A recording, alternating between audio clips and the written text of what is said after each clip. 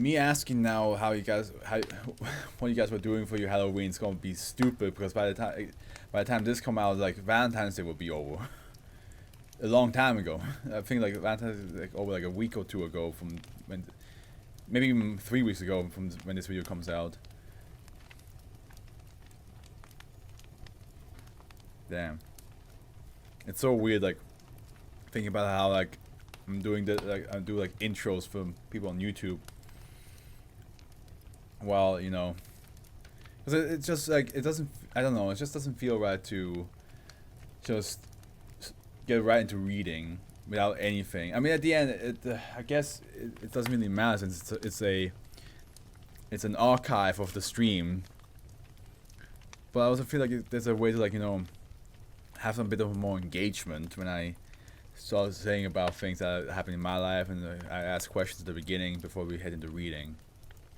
But like at the end, like who knows what people prefer? If they prefer like no, we don't need your personal stories and interests, just go to the reading. Or if people are like no, we kind of like it because connects us to you. Who knows? I have no idea. I can ask Howard the next day what he thinks. But for now, deliver us from knowledge is the next SCP to read. Save Predico.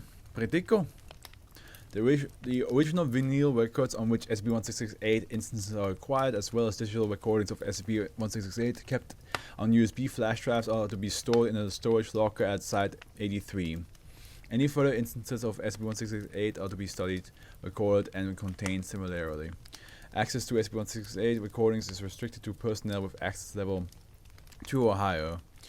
Efforts to locate the individual's response for creating SCP-1668 are underway. SCP-1668 is a set of 3 audio recordings composed of samples from a variety of publicly available pieces of music. Typically, the piece from which any given samples originates is readily identifiable. So we have some Kiss and some AC/DC. When an individual listens to the first 24 minutes and 9 seconds of an instance of SCP-1668, they will hear the remainder of the recording regardless of whether or not it's actually played. This occurs regardless of whether the listener has heard any of the music in the remainder of the instance prior to testing. This effect has only been consistently replicated greater than 90% of subjects experiencing the aforementioned effects in neurotypical individuals with the presence of any mental illness or abnormality, significantly decreasing the likelihood that the individual will be susceptible. Each instance of SCP-1668 has been found in the mailbox of a Foundation staff member not residing on Foundation property, along with a handwritten note. Several witness reports indicate that these materials were hand-delivered by groups of unidentified individuals. However, no footage or photographs of the deliveries have been found. -1 is a 37 minutes long and -1 is 37 minutes long and contains samples from 17 pieces of rock music published from between 1963 and 1973 in rough chronological order. It was recovered on April 4th, 2005 with the following note attached. Dear SCP Foundation, first and foremost, a mutual friend whose privacy I am obliged to respect has provided me with the means to contact you. Further, I can assure you that, due to my use of intermediaries who have refused to inform me further, I lack the knowledge necessary to reveal your organization to the general public. Of course, I do not at all expect you to trust me, but that's a bridge that we shall cross when we come to it. On the record, I've sent you a quirk of mine, I'm afraid. I hope you're not adverse to the anachronism. You will find a composite of various rock songs recorded between 1963 and 1973. If one were to listen to the first 24 minutes and 9 seconds of the recording, they would immediately involuntarily deduce the remainder of the composition. Disregarding the various philosophical cop-outs that could be applied to the situation, it would seem that circa 1969, an individual listening to the proper series of oft-heard music could know the full lyrics to Stairway to Heaven, where before either Page or Plant possibly could have. Plant. Jimmy Page or Plant, the composers of the song Stairway to Heaven. The song was written... Oh. Interesting. This, along with similar chronological oddities, are why I have contacted you. It is my understanding that your organization deals with appropriately named meme-tick anomalies of this type on a regular basis. However, the predictive capabilities of this one in particular, I believe, is of great importance. My one dabbling in the neurological and musical sciences was sufficient to produce this. But it is beyond my capability to analyze it rigorously enough to provide answers. Please take this recording and perform any research you find appropriate. Sincerely, Eric Zahn. A reference to the title character of the music and of Eric Zahn, a short story by H.P. Lovecraft. -2 is a 41 minute and 40 seconds long, composed of samples from a variety of genres published between 1909 and 1993, again arranged in rough chronological order. All pieces sampled before the 24 minute and 9 second mark were written before 1979.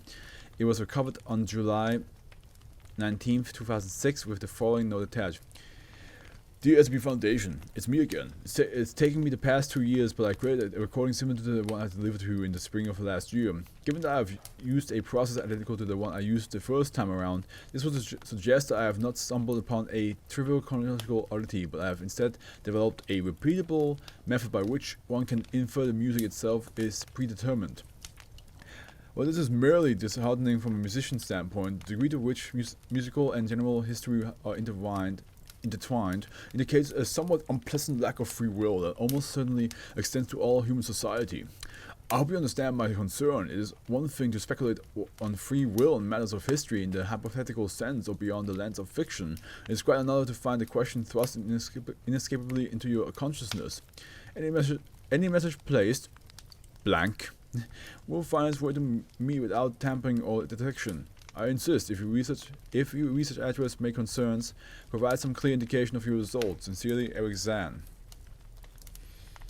Authorized personnel may access document blank AI 2006 for testing of the aforementioned anomaly. -3 is 25 minutes and 12 seconds long. It is composed of samples from electronic music published between late 2006 and early 2008.